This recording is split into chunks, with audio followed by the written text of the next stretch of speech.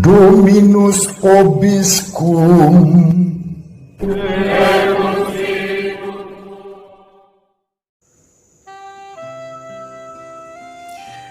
Sahabat peradaban kasih ekologis yang terkasih, selamat berjumpa dalam renungan harian bersama saya melalui channel ini. Semoga panjenengan selalu sehat, tetap semangat, dan jangan lupa bahagia. Kita akan membaca Injil Yohanes bab 2 ayat 13-22. Ketika sudah dekat hari raya Paskah orang Yahudi, Yesus berangkat ke Yerusalem. Dalam bait suci didapatinya pedagang-pedagang lembu, kambing domba, dan merpati, dan penukar-penukar uang duduk di situ. Maka Yesus membuat cambuk dari tali, lalu mengusir mereka semua dari bait suci dengan semua kambing domba dan lembu mereka. Uang penukar-penukar dihamburkannya ke tanah, dan meja-meja mereka dibalikkannya. Kepada pedagang-pedagang merpati, ia berkata, "Ambil semuanya ini dari sini. Jangan kamu membuat rumah Bapakku menjadi tempat berjualan." Maka teringatlah murid-murid Yesus bahwa ada tertulis, "Cinta untuk rumahmu menghanguskan aku." Tetapi orang-orang Yahudi menantang Yesus, katanya, "Tanda apakah dapat engkau tunjukkan kepada kami bahwa engkau berhak bertindak demikian?" Jawab Yesus kepada mereka, "Rombaklah bait Allah ini, dan dalam 3 hari aku akan mendirikannya kembali." Lalu kata orang Yahudi kepadanya, 46 tahun orang mendirikan bait Allah ini, dan engkau dapat membangunnya dalam 3 hari?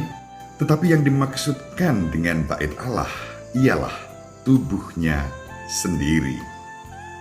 Sesudah Yesus bangkit dari antara orang mati, barulah teringat oleh murid-muridnya bahwa hal itu telah dikatakannya.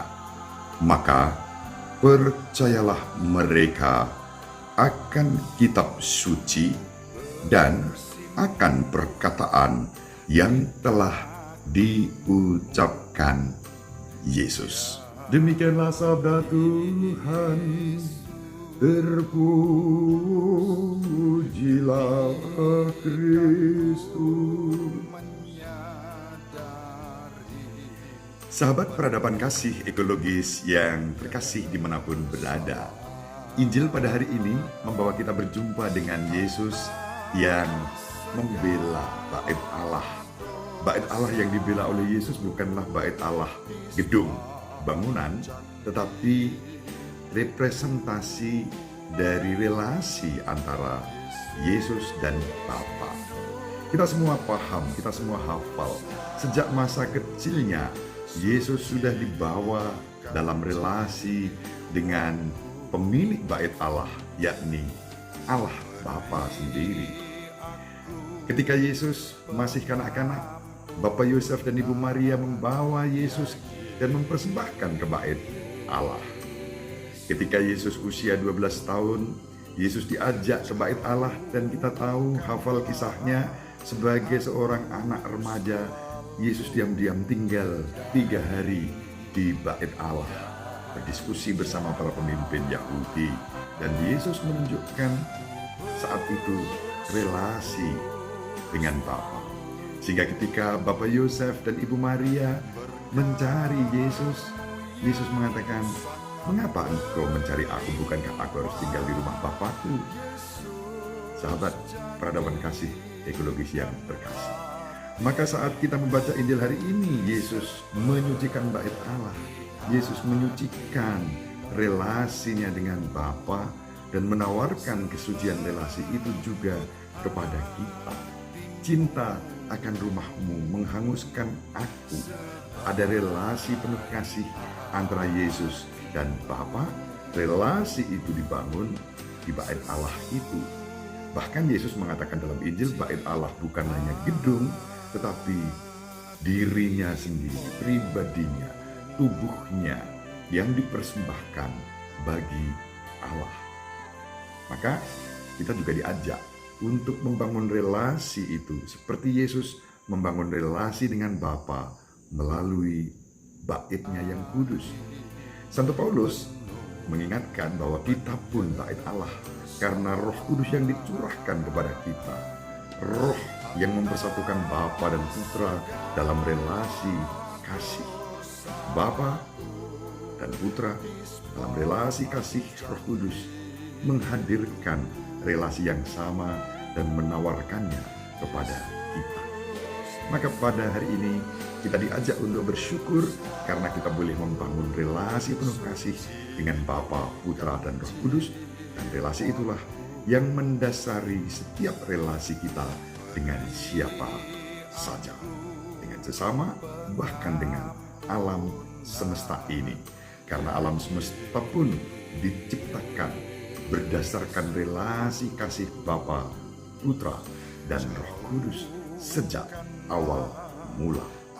Mari kita saling mendoakan agar kita diberi rahmat untuk menjaga indahnya relasi penuh kasih dengan Bapa, Putra, dan Roh Kudus juga melalui kehidupan kita.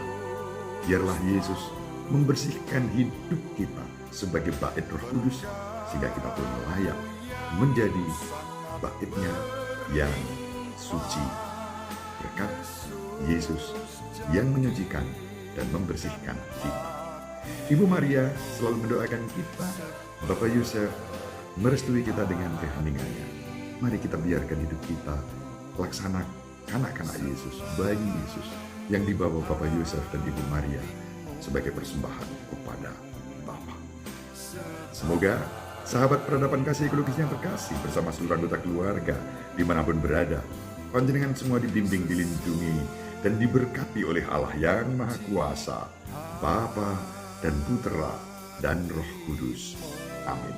Terima kasih, salam sehat, tetap semangat, jangan lupa bahagia.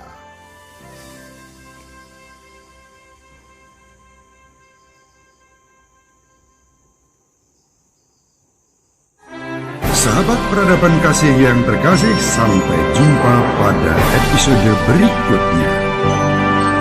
Terima kasih atas kebersamaan kita. Salam peradaban kasih ekologis, berkah dalam